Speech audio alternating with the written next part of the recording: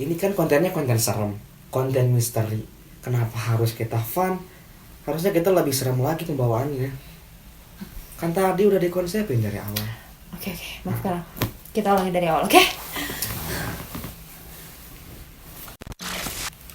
Ya, teman-teman semua, selamat malam. Balik lagi di channel kita, Fox Network. Yang mana di malam Jumat hari ini kita akan membawakan segmen baru yang berjudul Fox Mystery. Ya, dengan judul Fox Mystery, pastinya dan sudah tentu kita di sini akan membahas atau kita bercerita mengenai pengalaman-pengalaman kita ataupun teman-teman semua, hal-hal mistis yang pernah terjadi oleh kita ataupun teman-teman semua yang pernah merasakan. Cerita yang akan kita bawain malam ini adalah cerita berdasarkan kisah nyata. Entah yang dialami oleh kita ataupun teman-teman yang udah DM sama kita cerita mistisnya. Kita langsung aja ke cerita pertama kita. Cerita pertama kita malam hari ini adalah dari teman kita, Rivalsya. Jadi, Rival, aku mau nanya nih sama kamu. Kamu punya cerita-cerita mistis gak? Disebut mistis, aku dulu ya. Ya benar. Jadi sebenarnya pengalaman dulu sih aku pernah sekali. Cuma kalau misalkan disebut percaya mistis atau enggak, aku masih diambang-ambang gitu, masih bingung sebenarnya percaya atau enggaknya. Soalnya aku belum pernah lihat secara jelas gitu. Cuma ya kalau misalkan untuk ya orang-orang yang kesurupan itu aku pernah lihat. Ceritanya kayak gini pertama. Dulu aku sekarang udah kuliah ya, udah hampir mau kerja lah. Dulu waktu SMA, ceritanya aku SMA-nya ada salah satu SMA di Lembang. Lembang itu kan terkenalnya kalau bahasa Sundanya tuh pedalaman atau leuweung kalau bahasa Sunda kan. Nah, dulu aku pernah tuh waktu pertama kali masuk ke SMA Lembang, harus disensor ya guys. Nah, waktu di SMA Lembang, aku dulu pernah pas pertama kali masuk, si lembaganya itu ngadain kepramukaan karena itu kan wajib ya waktu sama pemerintah diadain. Nah, waktu itu tuh si kepramukaannya tuh berlangsung selama 3 hari. Nah, cuma di malam pertama, di hari-hari pertama biasalah kalau misalkan pagi-pagi ya biasa kayak kepramukaan kayak umumnya kayak gimana kan, kita lomba-lomba dan segala macam, makan bersama dan segala macam kan. Nah, langsung aja ke inti ceritanya kali ya. Soalnya kan mungkin yang dicarinya adalah cerita penasaran teman-teman mungkin tentang horornya kan ya. Nah, waktu malam-malam itu hampir mau jurit malam. Nah, tapi kan sebelum jurit malam itu ada pemberitahuan dulu kan ya sama lembaga-lembaganya tuh sama panitia-panitia yang melaksanakannya kan. Nah, dikumpulin lah kita tuh semua di lapangan di SMA tuh. Nah, waktu dikumpulin, mulailah di situ panitia ngomong dulu mengenai tata caranya harus kayak gimana, terus kalian jurit malamnya ke poin mana aja, ke pos mana aja kan gitu kan. Biasanya jurit malam kan kayak gitu. Nah, waktu jam berapa ya? 8:30 deh kalau nggak salah, 8:30 tuh udah mau mulai tuh ya jurit malamnya, cuma si siswa-siswanya tuh masih dikumpulin di lapang. Nah, waktu udah gitu lagi ngedengerin tuh, lagi fokus udah mau siap-siap mau jurit malam, ternyata ada yang jatuh satu orang. Ya gue kira kan biasa itu pingsan lah kalau misalkan kecapean segala macam. Gue nggak mikir macam-macam di situ. Cuma setelah dia diem selama 1 menit waktu pingsan, dia mulai gerak-gerak tuh. Nah, lu bisa bayangin aja lah kalau misalkan orang pingsan mana mungkin ada yang gerak-gerak kan gitu. Nah, gerak-gerak nggak jelas, dia nggak ngomong dulu, cuman gerak-gerak aja badan-badannya tuh. Nah, udah gitu diangkat lah dia tuh ya sama panitia masuk ke dalam UKS. Masuk ke UKS. Nah, setelah itu waktu mau mulai banget, karena kan kalau misalkan satu orang mah diabaikan aja lah ya. Waktu mau mulai banget, nah ternyata ada 2 orang lagi yang jatuh di situ. 2 orang lagi yang jatuh kan, kita penasaran sebenarnya apa kan, takutnya punya penyakit apa gitu kan, mah kan biasanya kan orang-orang beralasan kalau misalkan lagi capek mah kan. Ya kita mikirnya situ sih malam-malam tuh. Cuma ya kan yang bikin gue heran tuh setelah 2 orang itu jatuh tuh satu persatu yang lain juga pada jatuh. Bingung kan lu? Nah, jatuh semuanya. Ini real ya, ini nggak bohong. Kalau misalkan penasaran bisa carilah infonya di Lembang langsung ya guys. Nah udah gitu satu persatu jatuh lah ya si siswa-siswa itu teman-teman gue lah ya, jatuh lah. Nah waktu jatuh tuh semuanya ternyata kesurupan. Nah iya, semuanya ternyata kesurupan. Mereka teriak-teriak nggak jelas lalu tahu gitu. Nah lu bisa bayangin dari 300 400 ya, lupa 300 kayaknya.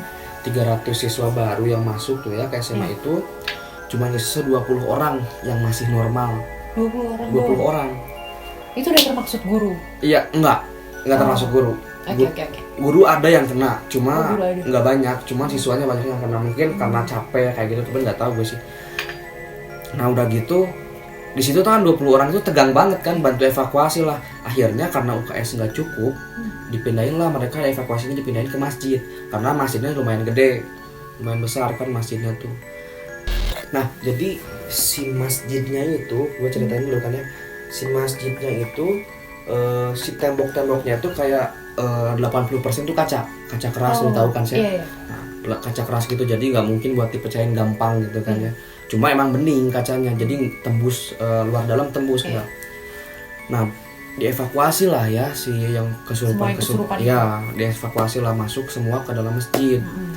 Nah udah di dalam masjid banyak orang di situ ya, pasti panas lah ya, karena hawanya juga memang kalau orang-orang yang kayak gitu kan panas ya diibaratkannya. Nah di situ karena di dalamnya cuma ada guru-guru yang masih sadar, yang nggak kesurupan sama sekali. Nah kita siswa-siswa yang 20 orang yang sisa-sisa itu disuruh balik ke kamar itu kelas, cuman kan jadi emang udah didesain seperti kamar gitulah ya, bagian gitu. Balik ke kamar, di situ jangan kemana-mana, terus baca doa, suruh ngaji kayak gitu kan ya. Nah udah gitu kita balik lah ya, maksudnya tuh ke sana ke kelas. Nah udah gitu ya ceritanya gini, gue punya pacar sebenarnya waktu SMA, gue punya pacar. Nah pacar gue itu termasuk ke orang yang kesurupan. Tapi gue nggak tahu. Cuman kan waktu ceritanya waktu gue lagi di kelas sama teman-teman gue itu yang 20 orang itu. Oh bentar. Berarti lo ada orang yang termasuk gak kesurupan? Iya. 20 orang itu? Iya. Kalau misalkan gue kesurupan nggak mungkin gue bisa ceritain ke lu kan. Gue nggak tahu kronologi ceritanya secara komplit kan. Gitu. Okay. Nah udah gitu waktu gue di kelas adalah ya guru memang masih muda, terus dekat sama kita ya, sama gue sama pacar gue dulu. Dia nyamperin gue lah ke kelas ya. Sudah gitu dia ngasih tau gue kalau misalkan pacar gue tuh kesurupan juga. Ya gimana sih lu kalau misalkan zaman bucin gitu ngelihat pacar lu kesurupan atau pacar lu kesusahan aja lah, panik pasti ya? Panik kan ya. Nah di situ gue dari kelas langsung lari lah, itu gue nggak mikir apa-apa. Gue di situ cuma pakai sarung sebenarnya, cuma pakai boxer, pakai celana boxer. Cuman kan kalau misalkan kondisinya malam-malam kan emang disuruh pakai jaket dan segala macam. Gue cuma pakai kaos sama sarung, di situ langsung lari gue ke masjid. Itu nekat sih sebenarnya karena banyak guru-guru juga malu kan sebenarnya. Cuman kan mikirnya gue masih bocah gitu, masih bucin-bucinnya gitu. Nah waktu gue datang ke masjid, nah sebenarnya pas gue datang pertama kali ke masjid waktu di perjalanan tuh perasaan udah gak enak, udah deg-degan aja gitu ya. Nah waktu gue bukan naik ya, maksudnya tuh ke masjid itu ada tangga sedikit lah buat naik ke tangga ke masjid itu. Naik tangga, tiga anak tangga. Ternyata pacar gue itu di depan pintu, di depan pintu lah, maksudnya di dalam cuma masih kelihatan dari pintu gitu kan. Belum gue masuk, baru gue lihat doang di situ. Gue beneran, gue nggak bohong, gue jujur, gue sumpah. Aduh, gimana ya? Tangan pacar gue tuh sama kaki sama kepala itu nggak muter sih, cuman kalau tangannya muter, gue cobain ya, maaf, kayak gini nih, muter ke belakang, ini muter ke belakang, kakinya ngelipat, enak kayak gini. Di situ gue pikiran udah kacau banget. Lu bayangin lah, orang biasa sih liatnya serem, ya kan? Orang biasa sih liatnya serem yang nggak ada hubungan apa-apa sama pacar gue itu pasti liatnya serem. Karena kalau gue liatnya kan gue kasian banget gitu kan. Itu yang gue rasain. Sebenarnya kalau misalkan disebut mau nangis ya mau nangis, cuma nggak mungkin lah dari kondisi kayak gitu, keadaannya semuanya lagi repot, gue nangis di situ nggak mungkin banget kan. Nanti gue malah ngerepotin yang lain. Nah udah gitu gue mulai lah gitu ya, karena gue kasihan, gue masuk ke dalam masjid. Gue bantu lah pacar gue itu buat dilurusin lagi, maksudnya tuh kaki tangan segala macam. Nah karena tadi guru yang deket itu kenal sama orang tuanya dan punya nomor teleponnya. Nah di situ tuh si guru itu tuh telepon langsung ke orang tuanya, ke ayahnya itu. Gak pikir panjang lah, ayahnya langsung datang lah langsung ke SMA ya saat itu juga. Nah waktu ayahnya datang tuh kaki sama tangannya tuh masih kayak gini. Waktu gue ngurusin tuh susah banget. Maksudnya itu lama banget kejadiannya jadi. Lama. Oh my god. Jadi sekitar 1 kilometer lah rumahnya tuh, ya kan harus nyiapin mobilnya dulu kan, nyalain mobilnya dulu segala macam. Nah udah gitu orang tuanya lihat persis banget tuh anaknya tangannya lagi muter, kakinya lagi ngelipat kayak gitu, lihat banget. Ya walaupun dia ayah gitu ya, sosok laki, pastilah siapa yang nggak sedih sih ayah kalau lihat anaknya kayak gitu kan. Rada nangis lah sedikit ayahnya tuh. Diangkat lah langsung tuh si pacar gue itu sama ayahnya ke mobil. Nah, di situ gue nggak tahu lagi kabarnya kalau pacar gue kayak gimana. Pokoknya di situ gue udah sedikit tenang karena udah ditangani langsung sama keluarganya. Udah gitu karena gue udah tanggung dalam masjid ngebantu-bantu orang-orang yang kesurupan, gue malas balik lagi ke kelas. Gue malas balik lagi. Nah gue bantu aja di situ ya, ada orang-orang yang masih teriak-teriak sambil tiduran ya segala macem, emang keringatan banget. Nah ada kalanya waktu itu gue disuruh tuh sama guru buat ambil air seember di keran yang buat wudhu gitu kan, kalau di masjid ada tuh ya, buat ambil air lah ya. Nah waktu mau ke halaman masjid lagi, gue lihat itu sebenarnya kaca yang gue tadi udah ceritain kan, masjid yang 80% itu kaca. Itu gak kelihatan banget dalamnya. Lu kalau misalkan kaca biasa kayak berembun gitu. Lu kalau misalkan gini, lu kalau misalkan kaca biasa yang nggak dipasang spotlight atau enggak yang penghitam itu, pasti mau malam mau siang dari luar ataupun dalam pasti kelihatan kan ya, tembus pandang. Nah itu kan nggak dipasang sama sekali. Malam apalagi, malam pasti kelihatan ya kayak gitu kan kaca dari luar. Nah di situ gue kaget banget lah ya, kagetnya karena memang kalau misalkan kaca kan memang tembus pandang kalau malam-malam ya. Karena gue lagi di luar bawa air, gue kepleset langsung di situ kan. Karena memang saking kagetnya gitu ya, saking kagetnya itu hajar lah ya. Cuman yang nggak tahu mungkin kalau misalkan orang-orang yang kesurupan itu bangun mungkin mereka ketawa. Cuman kan karena kesurupan ya itu keuntungan buat gue lah. Nah udah gitu, udahlah ya gue masuk airnya itu ke dalam masjid. Di situ guru-guru gue mulai doain gitulah, doa air-airnya gitu supaya nanti di apa namanya tuh sembur-sembur gitu ya ke orang-orang kesurupan sambil itu pakai air doa. Cuma ya nggak ngaruh banget, nggak ngaruh banget lah. Nah udah gitu gue udah nggak tahu harus ngapain lagi dan guru-guru juga udah nggak tahu lagi harus ngapain lagi. Udah gitu datanglah ada satu komunitas. Ini sebenarnya kalau misalkan disebut hero ya nggak hero juga, cuma ya mereka ngebantu lah maksudnya. Ada satu komunitas di SMA gue tuh, memang komunitasnya terkenal di SMA gue tuh. Mereka datang lah ya beserta pemimpinnya sama pasukan-pasukannya lah kalau misalkan gayanya gitu kan. Masuklah mereka ke dalam masjid dengan tampilan atau fashion yang memang garang gitu kan. Nah, gue nggak tahu sih sebabnya apa, gue nggak tahu maksudnya apa, cuma yang tampilan mereka kayak gitu. Nah pas mereka masuk ke dalam masjid, pas banget waktu pemimpinnya lagi diam di tengah-tengah masjid itu, ada satu cewek yang lagi memang kesurupan, tapi dia kesurupannya nggak teriak-teriak, dia diam aja. Dia bangun langsung tanpa ngelipat kaki dari tidur gini tuh, dari gini. Jadi langsung berdiri. Gini. Ini sumpah gue nggak bohong. Ini kalau misalkan lu semua mikirnya ini adalah fiksi, ini nggak fiksi loh. Ini nggak imajinasi gue, ini beneran. Gue nggak tahu gimana caranya kayak gitu, cuman ini real yang gue lihat, gitu kan ya. Nah udah gitu dia bangun, selang 5 detik dia diem, langsung dia teriak. Kalau Aing Raja gitu loh, Aing Raja. Kalau misalkan di bahasa Indonesianya ya aku raja gitu kan. Dan lu bayanginlah yang paling seramnya lagi, dia ngomong gitu tuh sambil dia ngelilingin masjid itu di dalam, ngelilingin masjid sambil larinya tuh kayak gini. Iya. Lu tau gitu sambil jalan cepat gitu kan, sambil loncat sedikit kayak gitu. Lu bayangin lah kalau misalkan lu dalam posisi gue kayak gitu, apalagi posisi lu adalah cewek, mungkin lu juga langsung kaget kan gitu. Ya di situ. Ya karena gue cowok, gue berusaha buat kuat lah ya gitu depan guru-guru, apalagi gue nggak mau ngerepotin yang lainnya juga yang udah repot. Nah udah gitu saat dia lagi muter-muter gitu, dia langsung ngeliat tuh ke pemimpin komunitas itu tuh, langsung lihat aja matanya tuh langsung fokus tajam ke pemimpinnya itu. Karena memang pemimpin itu memang pemberani banget ya, karena dia tuh orang Tasik kalau nggak salah ya, orang Tasik. Yang kalau misalkan kita dengar tuh orang Tasik tuh pada ngisi gitu ya, pada ngisi karena mereka keturunan kerajaan dulu kan kayak gitu. Ya. Mulailah disamperin tuh sama ketuanya tuh orang yang ngakunya raja itu. Ditarik dia langsung, walaupun dia cewek posisinya karena dia ngakunya raja kan. Ditarik lah langsung, dia disudutin ke tembok, ke tembok masjid tuh, disudutin ke tembok sambil diinjek kakinya.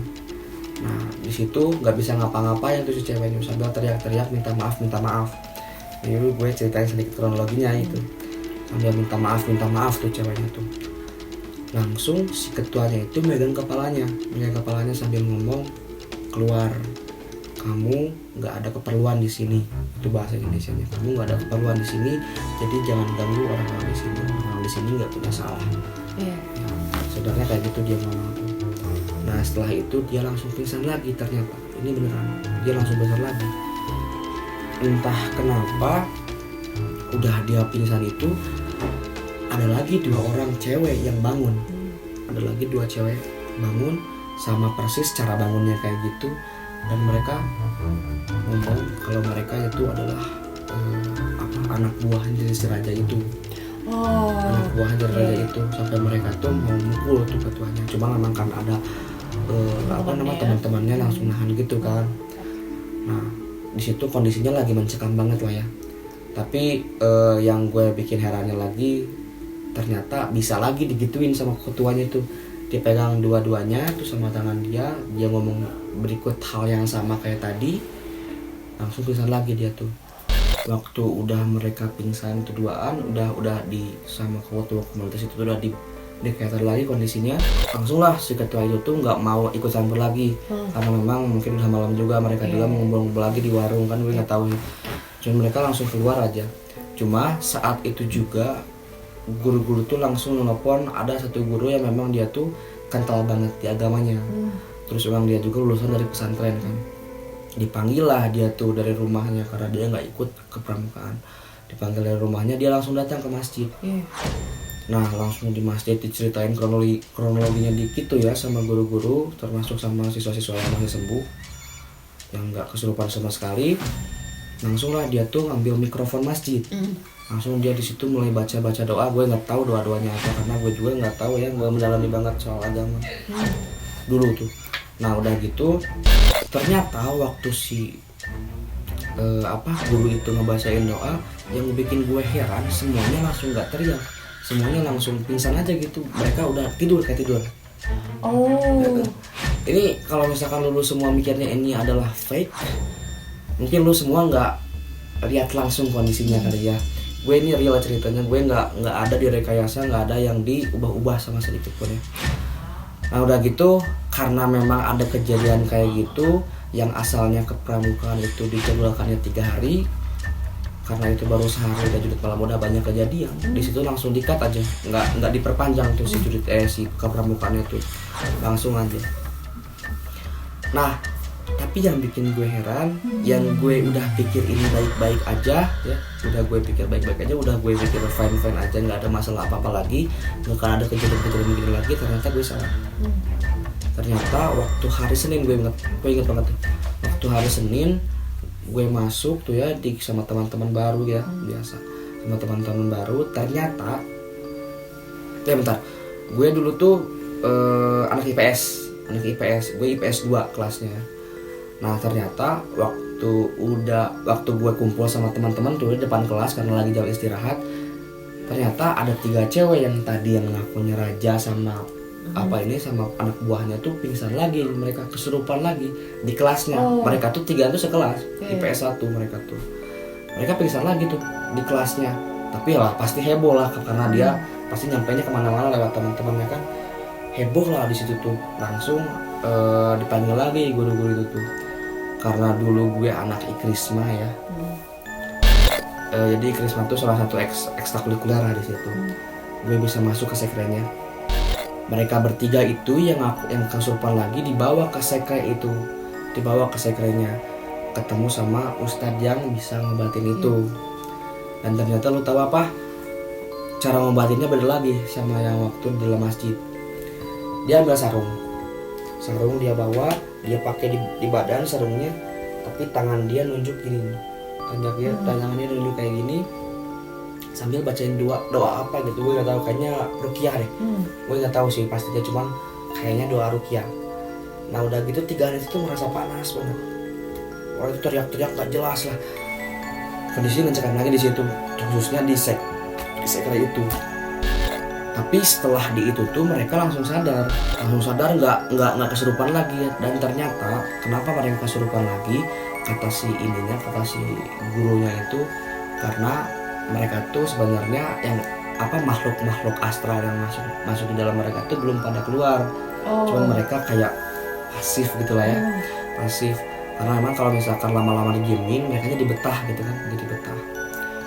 Nah udah gitu karena mereka terus disuruh kontrol terus setiap hari, setiap masuk ke sekre, akhirnya selama seminggu mereka sembuh dan ternyata udah nggak ada kejadian lagi apa-apa. Sebenarnya gue sedikit deg-degan sih ceritain lagi masalah-masalah yang dulu. Tapi gue juga nggak bisa membayangkan sih gimana jadi lo sebagai orang yang nggak kesurupan di kerumunan orang yang kita nggak tahu lah ini sedang dalam pengaruh apa. Ya apalagi kan kita belum kenal semua orang-orangnya itu kan. Dan masih murid baru juga kan. Jadi pengalaman serem banget sih. Ini sih menurut gue sih ini serem, cuma ini real, ini nggak ada yang direkayasa sama sekali. Kalau misalkan lo semua pada penasaran, lo tinggal datang aja ke Lembang, lo cari tahu info-infonya pasti udah pada tahu. Tapi Din, sebenarnya nggak adil tahu kalau misalkan cuma gue yang cerita. Kalau lo sendiri punya nggak sih cerita-cerita mistis yang pernah lo alamin gitu? Gue pengen tahu dong. Kebetulan nih, kemarin tuh udah ada DM yang masuk. Jadi di sini gue akan bacain cerita orang atau lebih menceritakan cerita dari orang. Jadi bukan cerita lo gitu ya. Bukan. Tapi sebenarnya lo pernah cerita nggak sih? Punya kejadian mistis nggak sih sebenarnya lo? Gue juga termasuk orang kayak lo. Gue nggak percaya sama cerita mistis, tapi ya gue juga pernah mengalami itu. Gitu. Tapi kalau untuk cerita gue masih belum siap untuk menceritakan itu karena itu terlalu panjang dan masih bikin gue shock sendiri gitu. Jadi gue lebih baik sekarang ini bacain cerita orang-orang aja. Ya gue paham sih, gue ya lanjut aja. Yes. Jadi ceritanya ada satu orang yang nge-DM gue terus bilang bahwa dia punya cerita serem yang mau dibagiin di Fox Mystery kali ini. Ceritanya ini waktu dia kecil, waktu umur 5 tahun. Kita sangat tahu bahwa hal spiritual itu pasti sensitif sama anak-anak kecil. Betul. Gitu. Dia lagi pergi sama bokapnya ke rumah temen bokapnya di daerah TSM kalau sekarang. Tapi kalau dulu itu BSM terkenalnya, Bandung Supermall. Oh iya. Nah dia main ke situ, dia main ke rumah teman bapaknya yang buka warung di sebelah rumah teman bapaknya itu ada rumah Belanda, kayak bangunan Belanda gitu, yang ada pohon beringin. Ini kejadiannya malam ya, dan mereka lagi nongkrong depan warung itulah. Udah nongkrong depan warung, si anak kecil ini, temen gue yang masih kecil ini, dia ngelihat ke arah rumah Belanda itu dan melihat ada sesosok. Gue nggak bisa jelasin ini apa. Cuma dia ngelihat ada sesosok orang yang berdiri di situ. Terus dia nanya sama nyokapnya, "Mama, itu apa ya?" gitu. Terus kayak nyokapnya cuma ngelihat paling boneka gitu. Ya, you know lah. Orang tua tuh banyak positive thinking kan. Itu rumahnya kosong. Rumah Belanda itu kosong atau ada yang nempatin sebenarnya? Iya, kosong. Rumah Belanda itu kosong dan memang ada pohon beringin. Udah lama gitu kosongnya. Iya, udah lama banget kosongnya. Jadi ya gitulah, terkenal angker gitu kan. Terus temen gue ini namanya anak kecil, daya ingin tahunya tuh tinggi banget. So dia tetap ngeliatin si yang katanya boneka kata nyokapnya ini. Dan saat dia ngeliat boneka itu senyum sama dia. Seriusan? Serius. Bagaimana ceritanya sebuah boneka di tengah malam bisa senyum sama lo? Dia menggambarkan bahwa itu adalah orang yang ditutupin kain kafan, kain kuburan. Atau kita bisa bilang lebih singkatnya itu kayak semacam pocong gitu. It's kind of creepy. Dan wajahnya tuh hitam. Oke, ketemu dengan pocong itu udah cukup. Tapi kalau pocong itu mukanya hitam dan dia senyum, it's totally creepy. Serius, dan itu creepy banget. Gue nggak bisa membayangkan apa yang terjadi sama dia. Tapi namanya anak kecil, dia polos. Dia bilang sama nyokapnya, "Mah, coba deh lihat lebih dekat." Dia cerita sama orang tuanya, dan gue merasa orang tuanya tuh udah tahu bahwa itu bukan sesuatu yang harus dilihat sama anak kecil pada masa itu. Jadi dengan gampangnya dia minta atau mencairkan suasananya dengan mengajak semua orang untuk masuk ke rumah. Karena dia merasa itu udah sedikit berbahaya karena sosok itu udah terlalu dekat sama mereka. Ya lo bayangin aja di sebelah rumah yang benar-benar dekat gitu. Iya pastilah. Kalau misalkan gue ada di sisi itu pasti gue juga pasti takut. Gue pun yang baca pesannya gue benar-benar merinding dan gak bisa tidur. Gue baca itu tuh malam, jadi gue gak bisa tidur. Gue memposisikan diri gue sebagai anak itu. Ya dicerita aja kita udah serem gitu ngelihatnya kan, terus kita bacanya udah serem, apalagi kita langsung lihat visualnya gitu kan. Karena memang kalau misalkan rasa itu misalkan lebih kerasa kalau misalkan kita ada visualnya gitu. Apalagi orang yang di situ pasti gue kalau di situ posisinya pasti serem sih.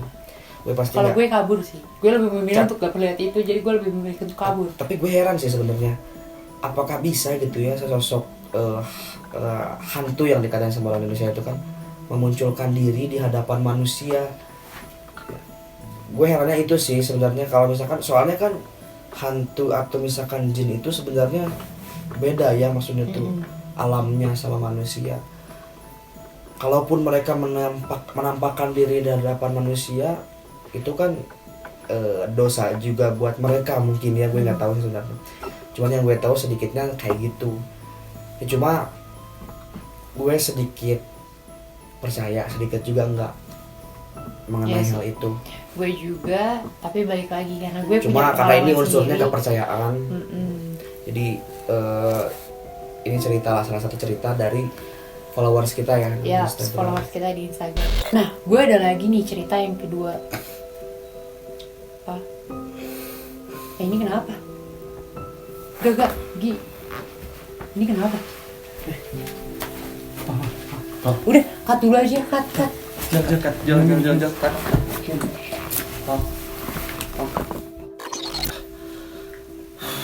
So, lo mau ceritain sama gue apa yang terjadi sama lo barusan? Gue nggak tahu, tapi gue ngerasa gue kesurupan pintu. So, jadi cukup sekian aja untuk Fox Mystery kali ini. Maafkan banget kita nggak bisa lanjut ke cerita kedua karena tadi ada kejadian yang kurang menyenangkan. Dan kita akan ketemu di Fox Mystery berikutnya. Ya, jangan lupa juga buat lo semua untuk terus dukung dan support channel kita dengan cara like, comment, and share ke teman-teman lo semua, agar lo semua bisa ngebantu channel ini agar terus berkembang dan maju ke depannya. Selain itu juga kita ada Instagram kita fox.network di bawah ini. Jadi untuk teman-teman bisa follow langsung IG kita, dan bagi teman-teman juga yang punya cerita horor bisa dibagiin di Instagram kita. Kita tunggu kalian di cerita-cerita selanjutnya. Bye bye.